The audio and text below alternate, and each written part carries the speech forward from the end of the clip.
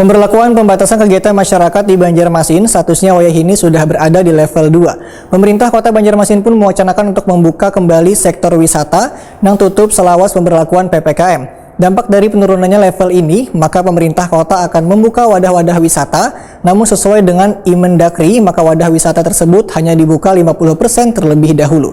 Berikut untuk kabar yang selengkapnya.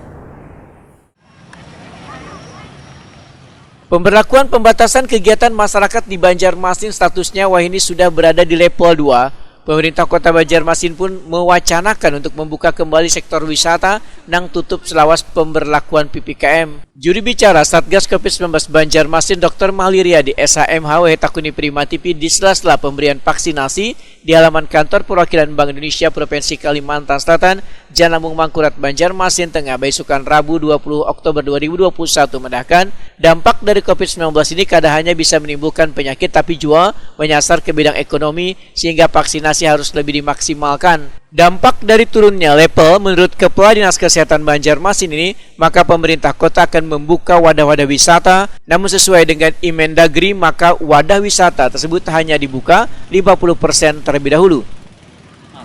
Pak, berarti wisata sudah boleh dibuka Pak level 2 Pak? Ya, wisata akan kita buka 50% sesuai dengan Imendagri ya.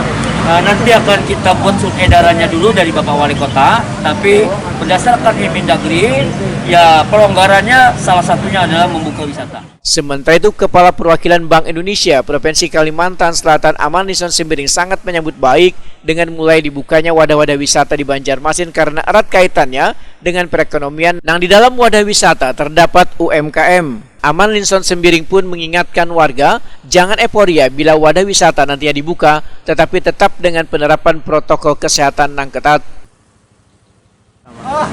Kita sangat bersenang hati ya, ini yang kita harapkan.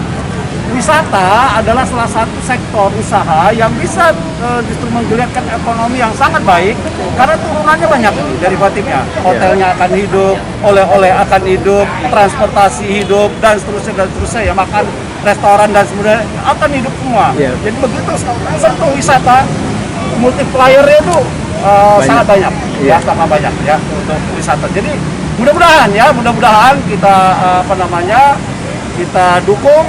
Begitu wisata buka, berwisatalah secara protokol juga, ya protokol kesehatan. Tidak lepas begitu semua yang merdeka, enggak juga ya. Kita tetap harus jaga protokol kesehatan.